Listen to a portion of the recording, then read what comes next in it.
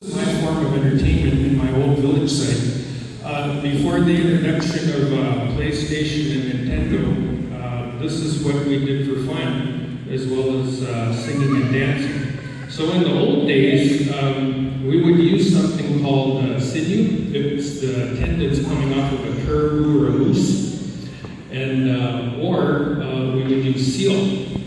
But I've got a regular piece of string here today, so we would take the tendons and we'd hang them on a drying rack, and then when they dry out, we can pull them apart, and then we'd use that for thread. I've got a regular piece of string here. So one of the first ones that I learned when I was a little guy was one called the cup and the saucer. Or I'll tell my son, you can call that a bowl of cereal on a plate. Now, if you take your fingers and you flip them in and around, you can do one called the baby's crib or the manger.